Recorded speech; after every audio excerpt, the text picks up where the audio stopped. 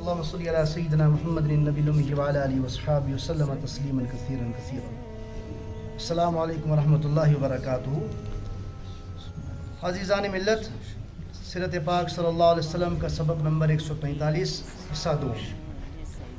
ہم واقعہ بدر کی تفصیل پڑھ رہے ہیں، جہاں پر ہم پہنچے تھے خدائی تبصرہ اور واقعے کے کچھ راز. بدر میں غزوہ بدر جو ہوا تھا، اس کے اندر اللہ رب العزت کی طرف سے جو راز رکھے گئے تھے، انہی رازوں کو ہم پڑھ رہے ہیں. کہ آپ نے پڑھا تھا کہ ایک طرف سے مشرکین مکہ کو موقع ملا سامان جنگ کو اکٹھا کرنے کا، افرادوں کو اکٹھا کرنے کا، اور دوسری جانب سے صحابہ کرام قلیل تعداد میں 313 اور ساز و سامان بھی بہت کم، اوزار بھی بہت کم، اور ان کے ذہنوں میں یہ بات تھی کہ ہمیں ابو سفیان کا قافلے اس کے تعاقب کے لیے جانا ہے جو جنگ بدر واقع ہوا تھا اور مشرکین اور مسلمانوں کے درمیان میں جو پہلی جنگ ہوئی تھی. اس جنگ کا تصور ابھی انہیں نہیں تھا، لیکن اس میں راز کیا تھا، اسی راز کو ہم پڑھ رہے ہیں. یہ ہم نے گزشتہ سبق میں پڑھ لیے تھے کچھ اس راز کے اسباب.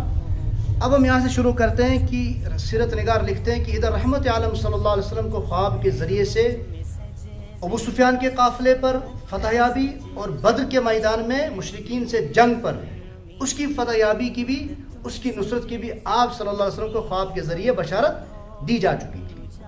اب رحمت عالم صلی اللہ علیہ وسلم نے صحابہ کرام سے عرض کیا کہ جو ابو سفیان کا قافلہ ہے، جس میں ساز و سامان، سونا وغیرہ بہت کافی تعداد میں تھا، اگر اس پر فتح یابی ہو، وہاں پر دوسری جگہ فتح یابی ہو جنگ کے میدان میں، ابو سفیان کے قافلے پر فتح یابی ہونے کا ایک انسانی تصور اگر دیکھا جائے، انسانی فطرت اگر دیکھا جائے، انسانی فطرت بھی یہی سوچ سکتی کہ جہاں آسان طریقہ ہو جنگ کا اور ساز و سامان، بیت المال، مال غنیمت بھی اکٹھا کرنے کا، وہیں سارا زور لگا دیا جائے. یہ انسانی فطرت ہے، کیونکہ ابو سفیان کے قافلے کے ذریعے سے بہت سارا کچھ مسلمانوں کے ہاتھ میں لگ جاتا ہے.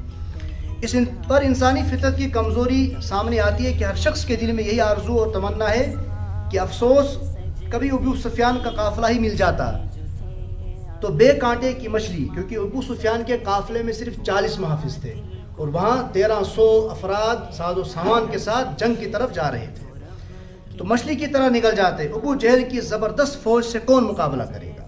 سبحان اللہ. اس کے جواب میں فرمایا کہ بے شک تم یہی آرزو کرتے، لیکن اس کے نتیجے میں کیا ہوتا؟ زمانہ کیا کہتا کہ جو اس لشکر کے لیے 1300 افراد کے لیے مشرکین مکہ کے لیے ساز و سامان جا رہا تھا، تم نے اس پر حملہ کر کے اسی کو لوٹ لیا، تو ساز و سامان کے بنا مشرکین جنگ کیسے کر سکتے تھے؟ یہ اللہ کو اپنی کبریائی، اپنی طاقت اور بدر کے میدان میں اپنی نصرت دکھانی تھی ایمان والوں کو، تمام دنیا کے مشرکین کو تا قیامت تک. اسی لیے تا قیامت تک کوئی سوال نہیں اٹھا سکتا ہے کہ جو مومنین کی جماعت تھی وہ ناحق پر تھی. لیکن اس کے نتیجے کیا نکلے؟ زیادہ سے زیادہ لوگ ہی تو کہیں گے کہ مکہ والے جنگ کی تیاری کر رہے تھے، لیکن مسلمانوں کو موقع پر پتہ چل گیا تو انہوں نے سامان جنگ ہی چھین لیا. لیکن جب ایک طرف پوری تیاری، تعداد بھی کئی گنا زیادہ، دوسری طرف بغیر تیاری، تعداد بھی بہت قلیل، ہاتھ کھڑے کچھ معصوم چہرے، لیکن آخرکار یہی معصوم غالب آتے ہیں. باطل کو اپنی طاقت کچھ بھی کام نہیں آتی. اس کا نتیجہ نکلتا ہے کہ عرب میں ہی نہیں بلکہ ساری دنیا میں باطل کی کمر ٹوٹ گئی. جب واقع بدر ہوا اس وقت بھی اور اس دور میں بھی سننے والے یہ سوچ کر حیران رہ جاتے کہ 313 2 گھوڑوں اور چند اونٹوں اور چند تلواروں سے 1300 اور 1000 سے بھی زیادہ لشکر پر کس طریقے سے فتح یابی ہوئی.